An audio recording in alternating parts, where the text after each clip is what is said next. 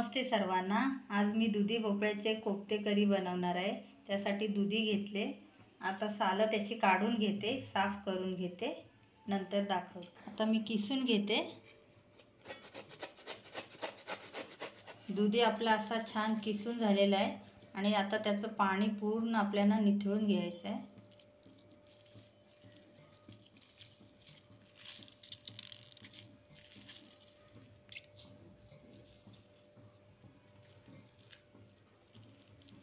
बेसन टाकते, बेसन घेतले 1 वाटी।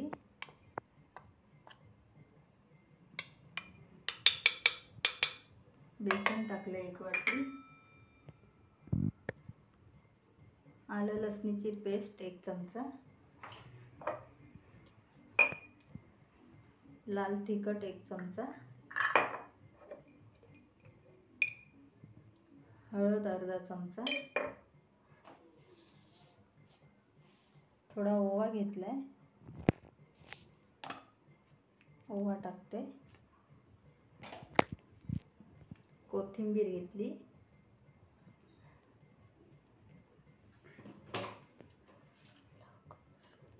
एक चमचा मीठ टाकते आणि आता आपल्याला मिक्स करून घ्यायचं।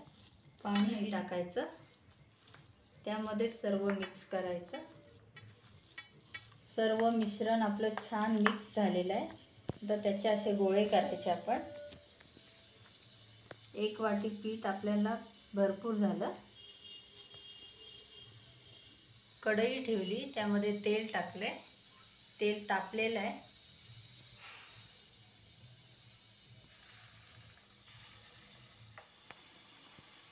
एक एक कोफ्ते करून असे सोडलेले आहेत तेलामध्ये। कोफ्ते आपले तयार आहेत। आता चला आपण ग्रेव्ही बघूया। ग्रेव्ही करण्यासाठी कढई ठेवली, तेल टाकले, त्यामध्ये 2 चम्मच जिरे टाकते।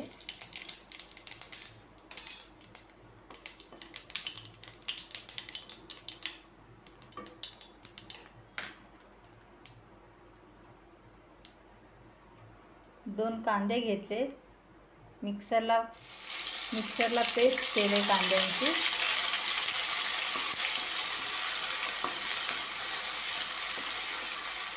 मिरच्या टाकल्यात हिरव्या 3। कांदा छान असा ब्राऊन करून घ्यायचा। आलं लसणीची पेस्ट टाकते।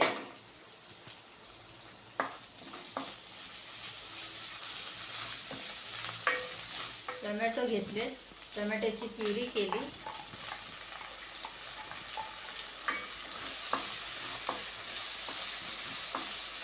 मसाले टाकून घेते। 1 चमचा लाल तिखट, अर्धा चमचा हळद, 1 चमचा गरम मसाला,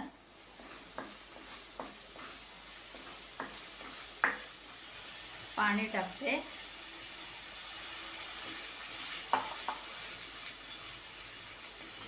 थोडंसं आणखीन पाणी टाकते, कारण ते कोफ्ते त्याच्यामध्ये छान असे फुलतील। मीठ टाकते 1 चमचा।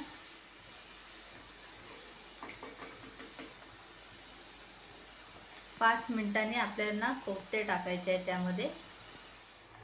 ग्रेव्ही छान बॉईल झालेली आहे। आता एक एक कोफ्ते सोडते मी त्यामध्ये।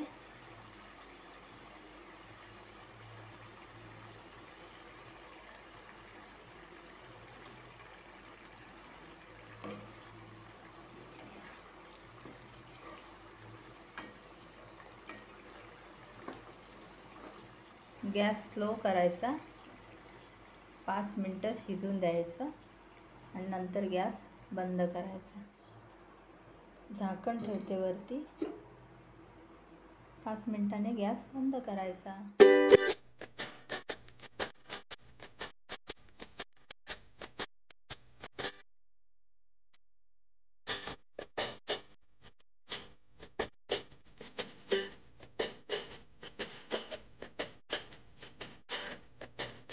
कोफ्ता करी आपली तयार झाली। व्हिडिओ आवडला असेल तर लाईक करा, शेअर, सबस्क्राईब। थँक्यू।